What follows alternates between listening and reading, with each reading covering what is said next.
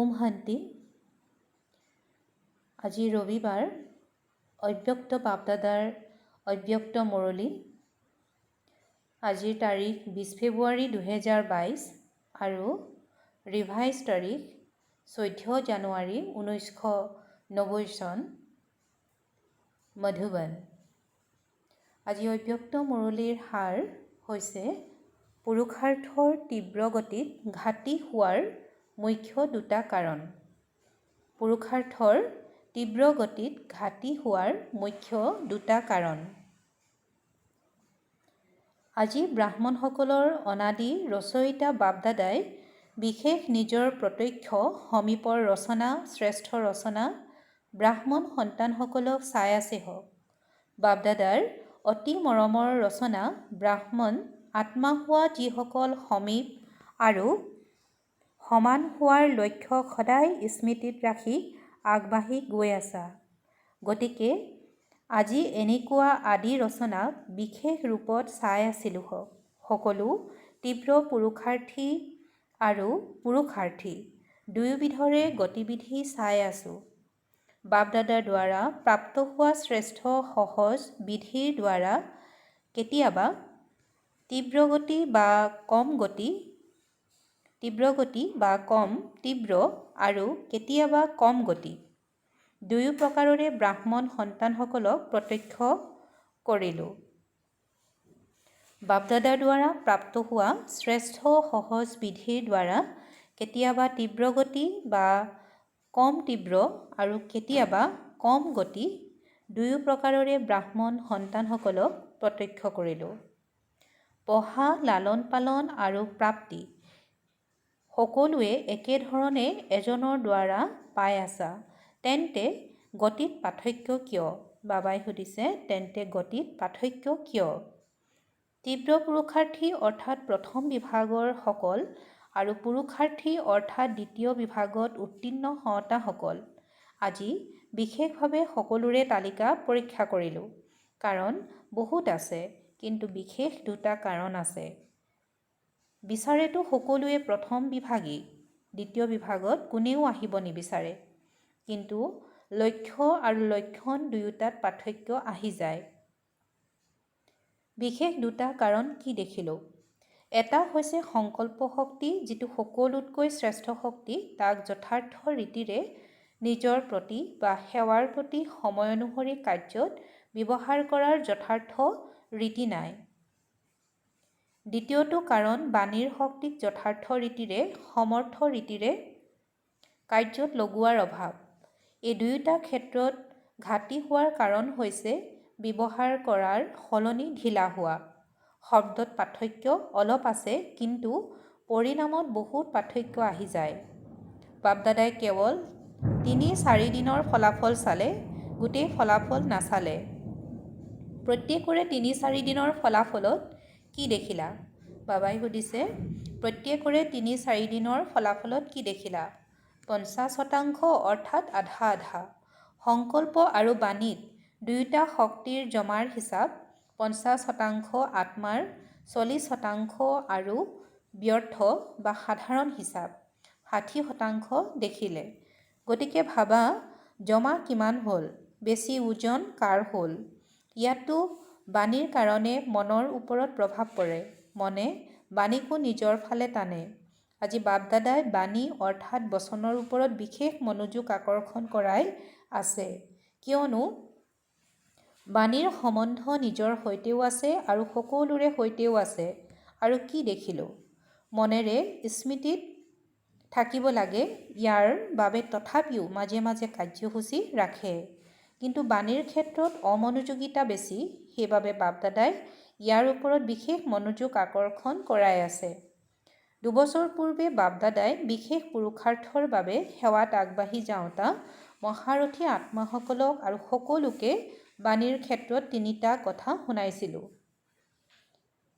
কমকৈ কোৱা, লাহে লাহে কোৱা আৰু মধুৰতাৰে কোৱা।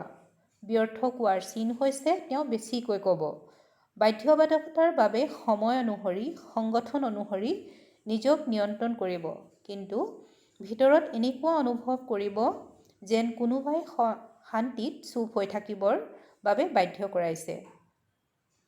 বাবাই কৈছে সংগঠন অনুসৰি নিজক নিয়ন্ত্ৰণ কৰিব, কিন্তু ভিতৰত এনেকুৱা অনুভৱ কৰিব যেন কোনোবাই শান্তিত চুপ হৈ থাকিবৰ বাবে বাধ্য কৰিছে। ব্যৰ্থ বাণীয়ে আটাইতকৈ অধিক ক্ষতি কৰি আছে। এটাটো শাৰীৰিক শক্তি কম হৈ যায় কিয়নো খৰচ হৈ যায়, আৰু দ্বিতীয়তে সময় ব্যৰ্থত যায়। ব্যৰ্থ কোৱাসকলৰ কি অভ্যাস হ'ব? সৰু কথা এটিকো বহুত ডাঙৰ দীঘলীয়া কৰিব আৰু কথা কোৱাৰ কাইদা কাহিনীৰ নিচিনা হ'ব। যেনেকৈ ৰামায়ণ মহাভাৰতৰ কথা মনোযোগেৰে শুনাই নহয় জানো? নিজেও ৰুচিৰে ক'ব, আনৰ মাজতো ৰুচি জগাই তুলিব, কিন্তু ফলাফল কি হ'ল? ৰামায়ণ মহাভাৰতৰ ফলাফল কি? ৰাম বনবাসত গ'ল, কৌৰৱ আৰু পাণ্ডৱৰ মাজত যুদ্ধ হ'ল, কাহিনীৰ নিচিনাকৈ দেখুৱায়। সাৰ একোৱেই নাই, কিন্তু সুৰ বহুত ৰমণীয় হয়। ইয়াক কাহিনী বুলি কোৱা হয়।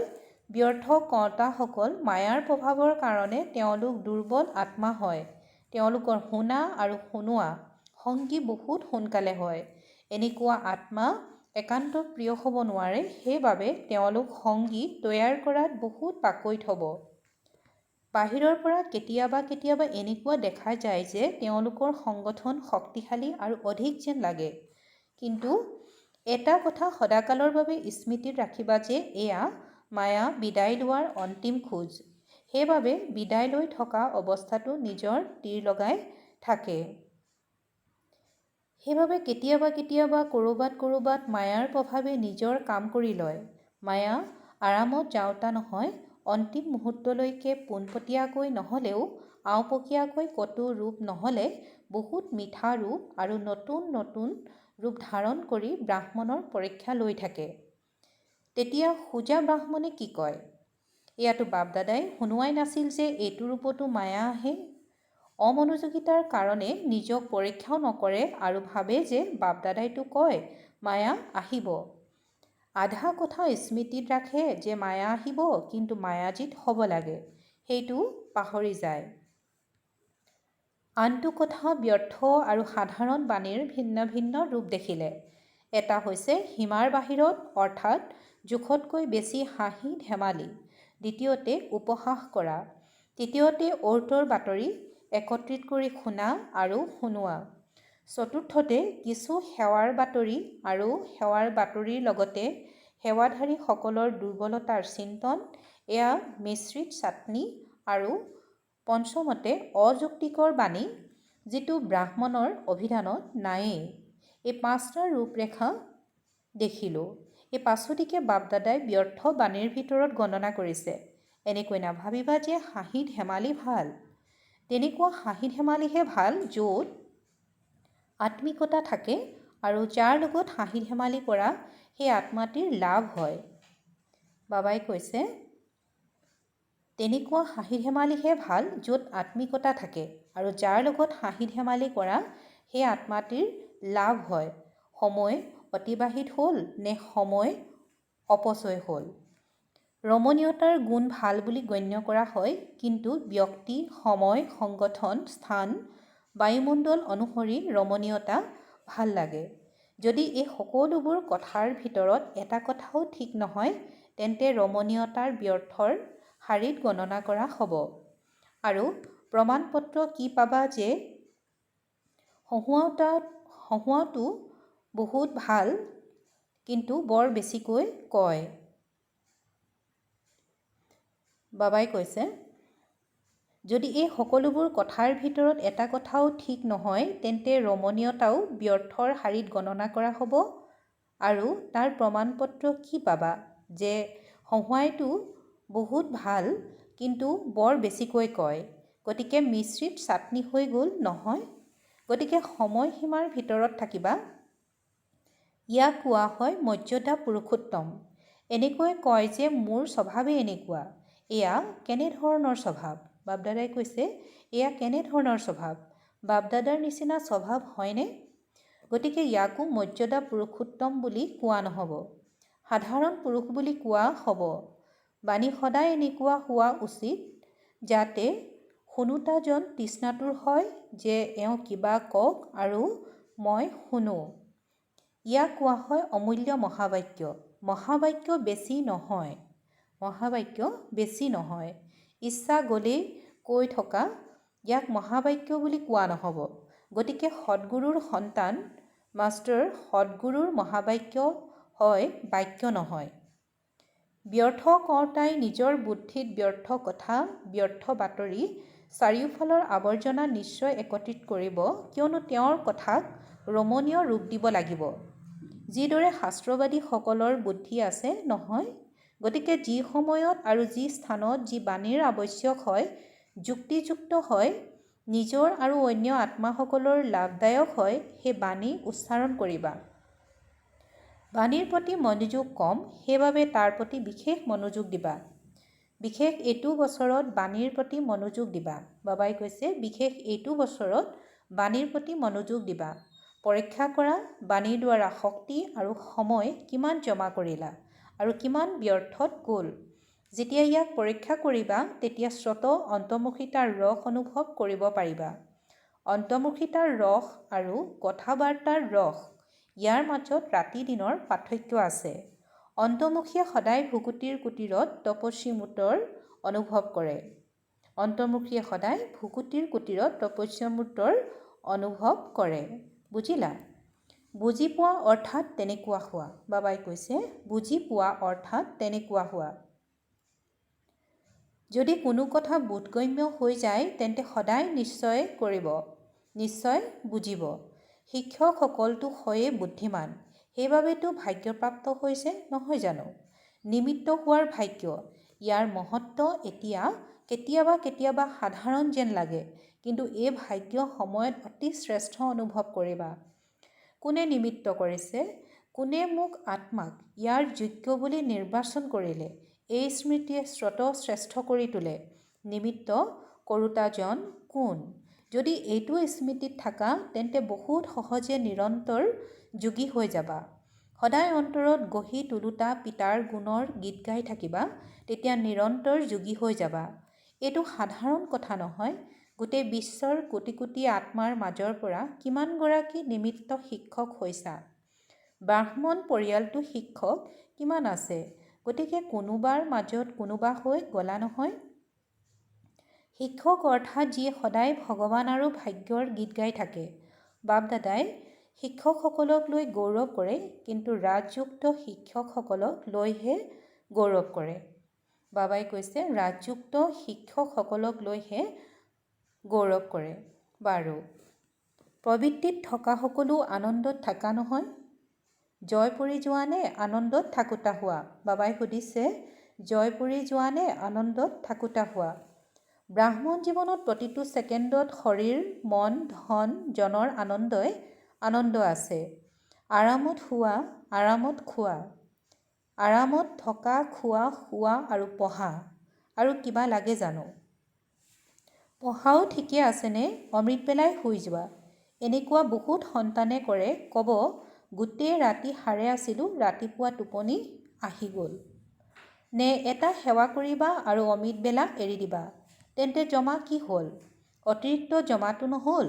এফালে সেৱা কৰিলা, আনফালে অমৃত বেলা ক্ষতি কৰিলা। তেন্তে কি হ'ল?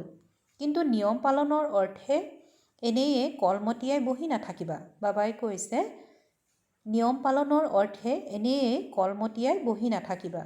সেইটো টিভি বহুত ভাল। যেনেদৰে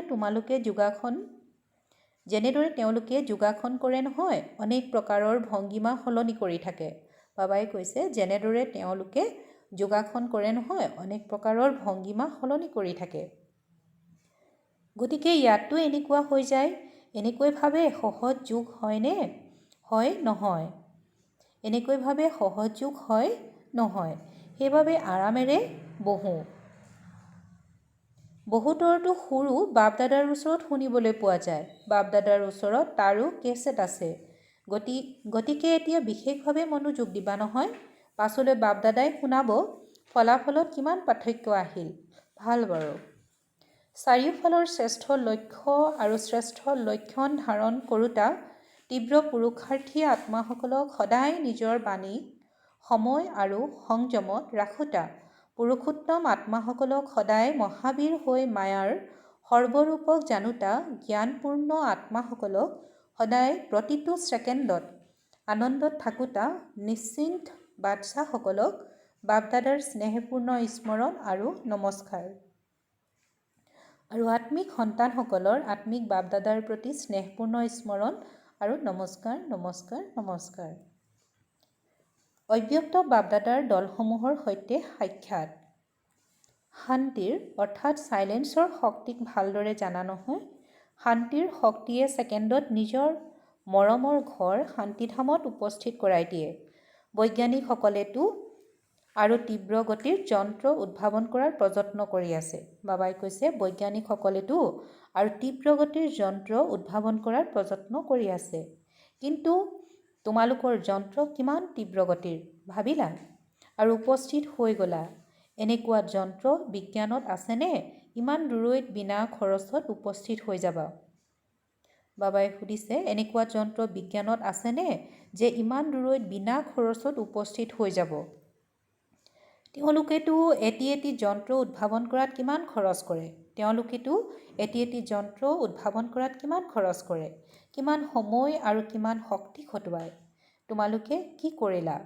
খৰচ নকৰাকৈয়ে পাই গ'লা। এই সংকল্পৰ শক্তি সবাতোকৈ তীব্ৰ গতিৰ। বাবাই কৈছে সংকল্প শক্তি সবাতোকৈ তীব্ৰ গতিৰ। তোমালোকে শুভ সংকল্পৰ যন্ত্ৰ পাইছা। বাবাই কৈছে তোমালোকে শুভ সংকল্পৰ যন্ত্ৰ পাইছা, দিব্য বুদ্ধি পাইছা। শুদ্ধ মন আৰু দিব্য বুদ্ধিৰে আহি উপস্থিত হৈ যোৱা। যেতিয়াই বিচৰা তেতিয়াই উভতি আহা আৰু যেতিয়াই বিচৰা তেতিয়াই গুচি যোৱা। বৈজ্ঞানিকসকলে বতৰো চাব লগা হয়। তোমালোকেতো সেয়াও চাব নালাগে যে আজি মেঘ আছে, যাব নোৱাৰিম। আজিকালি চোৱা, মেঘনো কি অলপো যদি কুঁৱলী পৰে তেতিয়াও উৰাজাহাজ উৰিব নোৱাৰে।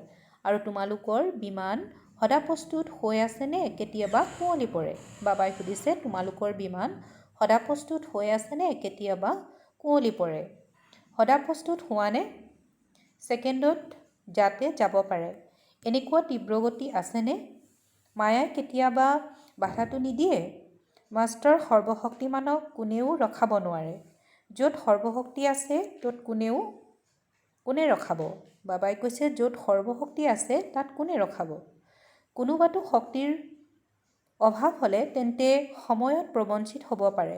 ধৰি লোৱা সহন শক্তি তোমাৰ মাজত আছে, কিন্তু নিৰ্ণয় কৰাৰ শক্তিৰ ক্ষেত্ৰত দুৰ্বল হোৱা। গতিকে যেতিয়া এনেকুৱা কোনো পৰিস্থিতি আহে য'ত নিৰ্ণয় কৰিব লাগে, সেই সময়ত লোকচান হৈ যাব। হওঁতে এটি পলেই নিৰ্ণয় কৰিবলগীয়া হয়নে নহয়? কিন্তু তাৰ পৰিণাম কিমান ডাঙৰ হয়। গতিকে সকলো শক্তি নিজৰ মাজত পৰীক্ষা কৰা। এনেকুৱা নহয় যে ঠিকে আছোঁ, চলি আছোঁ, যোগটো লগাই আছোঁ, কিন্তু যোগৰ দ্বাৰা যি প্ৰাপ্তি হয় সেয়া সকলো হৈছেনে? নে অলপতে সন্তুষ্ট হৈ গ'লা যে পিতাটো নিজৰ হৈ গ'ল, পিতাটো নিজৰ হয়, কিন্তু সম্পত্তিও উত্তৰাধিকাৰো নিজৰ হয় নহয়, নে কেৱল পিতাক পাই গ'লোঁ সেয়াই ঠিক? উত্তৰাধিকাৰৰ মালিক হ'ব লাগে নহয়। পিতাৰ সম্পত্তি হৈছে সৰ্বশক্তি, সেইবাবে পিতাৰ মহিমা হৈছে সৰ্বশক্তিমান, অলমাইটি অথৰিটি। শক্তিসমূহৰ পুঁজি জমা আছেনে? নে ইমানেই আছে? উপাৰ্জন কৰিলা আৰু খালা, বছ। বাপদাদাই শুনাইছে যে আগলৈ গৈ তোমালোক মাষ্টাৰ সৰ্বশক্তিমান সকলৰ ওচৰলৈ সকলো ভিক্ষাৰী হৈ আহিব। বাবাই কৈছে তোমালোক মাষ্টাৰ সৰ্বশক্তিমান সকলৰ ওচৰলৈ সকলো ভিক্ষাৰী হৈ আহিব। পইচা বা খাদ্যশস্যৰ ভিক্ষাৰী নহয়, কিন্তু শক্তিসমূহৰ ভিক্ষাৰী আহিব। গতিকে যেতিয়া পুঁজি জমা হ'ব তেতিয়াহে দিবা নহয় জানো? দান তেওঁহে দিব পাৰে যাৰ ওচৰত নিজক লগাতকৈ অধিক আছে। বাবাই কৈছে দান তেওঁহে দিব পাৰে যাৰ ওচৰত নিজক লগাতকৈ অধিক আছে। যদি নিজক যিমান লাগে সিমানহে আছে তেন্তে কি দান কৰিব? গতিকে ইমান জমা কৰা। সংগমত অন্য কামেই কি আছে? বাবাই কৈছে সংগমত অন্য কামেই কি আছে? জমা কৰাৰে কাম পাইছা, গোটেই কল্পত অন্য কোনো যুগ নাই য'ত জমা কৰিব পাৰা। পাছততো খৰচহে কৰিব লাগিব, জমা কৰিব নোৱাৰিবা। গতিকে জমা কৰাৰ সময়ত যদি জমা নকৰা তেন্তে অন্তিমত কি ক'বলগীয়া হ'ব? বাবাই সুধিছে, তেন্তে অন্তিমত কি ক'বলগীয়া হ'ব? এতিয়া নহ'লে কেতিয়াও নহ'ব। এতিয়া নহ'লে কেতিয়াও নহ'ব। পাছত বহুত পলমৰ মানে টু লেটৰ ফলক লাগি যাব। এতিয়াতো পলমৰ ফলক লাগি আছে, বহুত পলমৰ নহয়। সকলো মাতাই ইমান জমা কৰিছানে? বাবাই সুধিছে, সকলো মাতাই ইমান জমা কৰিছানে? শিৱশক্তি হোৱা নে ঘৰৰ মাতা হোৱা? বাবাই এইটো সুধিছে, শিৱশক্তি হোৱা নে ঘৰৰ মাতা হোৱা? শিৱশক্তি বুলি কোৱাৰ লগে লগে শক্তিসমূহ স্মৃতিলৈ আহে। কেনেকুৱা মাতাসকলক বাবাই শিৱশক্তি কৰি তুলিলে? যদি কোনোবা আহি চেহেৰা প্ৰত্যক্ষ কৰে তেন্তে কি বুলি ক'বা? এনেকুৱা শক্তি থাকে জানো? কিন্তু পিতাই চিনি ল'লে যে সেই আত্মাসকল শক্তিশালী হয়। পিতাইতো আত্মাসকলক চাই বুঢ়া ডেকা নতুবা শিশুক নাচায়। আত্মা বুঢ়া বা শিশু নহয়েই।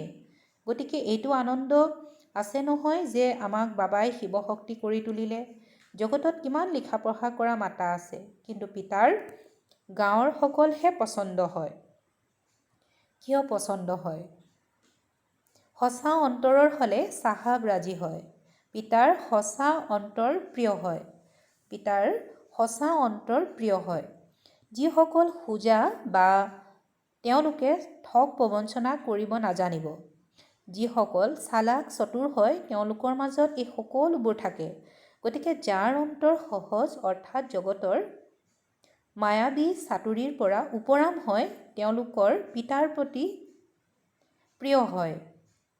যিসকল চালাক চতুৰ হয় তেওঁলোকৰ মাজত এই সকলোবোৰ থাকে।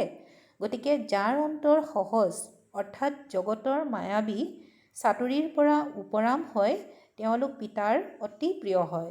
পিতাই সঁচা অন্তৰকহে চায়। বাকী লৌকিকৰ শিক্ষা, মুখমণ্ডল, গাঁও মানে নিবাস স্থান, টকা পইচা সেয়া নাচায়। অন্তৰ সঁচা হ'ব লাগে, সেইবাবে বাবাৰ নাম হৈছে দিলৱালা। অন্তৰ সঁচা হ'ব লাগে, সেইবাবে বাবাৰ নাম হৈছে দিলৱালা অৰ্থাৎ অন্তৰ জিনোতা। ভাল বাৰু। আৰু আজিৰ বৰদান। দৃঢ় নিশ্চয়ৰ দ্বাৰা প্ৰথম বিভাগৰ ভাগ্য নিশ্চিত কৰোঁতা মাষ্টৰ জ্ঞানপূৰ্ণ হোৱা। দৃঢ় নিশ্চয়ৰ দ্বাৰা প্ৰথম বিভাগৰ ভাগ্য নিশ্চিত কৰোঁতা মাষ্টৰ জ্ঞানপূৰ্ণ হোৱা। দৃঢ় নিশ্চয়ে ভাগ্য নিশ্চিত কৰি দিয়ে। যিদৰে পিতা ব্ৰহ্মা প্ৰথম নম্বৰত নিশ্চিত হৈ গ'ল, সেইদৰে আমিও প্ৰথম বিভাগত আহিবই লাগিব। এইটো দৃঢ় নিশ্চয় হওক। ড্ৰামাত প্ৰত্যেক সন্তানৰে এইটো সোণালী সুযোগ আছে, কেৱল অভ্যাসৰ প্ৰতি মনোযোগ দিয়া, তেতিয়া নম্বৰ আগত ল'ব পাৰা। সেইবাবে মাষ্টৰ জ্ঞানপূৰ্ণ হৈ প্ৰতিটো কৰ্ম কৰি গৈ থাকা। সান্নিধ্যৰ অনুভৱ বঢ়োৱা, তেতিয়া সকলো সহজ হৈ যাব। বাবাই কৈছে সান্নিধ্যৰ অনুভৱ বঢ়োৱা, তেতিয়া সকলো সহজ হৈ যাব। যাৰ লগত স্বয়ং সৰ্বশক্তিমান পিতা আছে তেওঁলোকৰ আগত মায়া হৈছে কাগজৰ বাঘ অৰ্থাৎ পেপাৰ টাইগাৰ। আৰু আজিৰ শ্লোগান, নিজক মুখ্য ভাৱৰীয়া বুলি ভাবি বেসদৰ নাটকত মুখ্য ভূমিকা পালন কৰি গৈ থাকা। ওম শান্তি।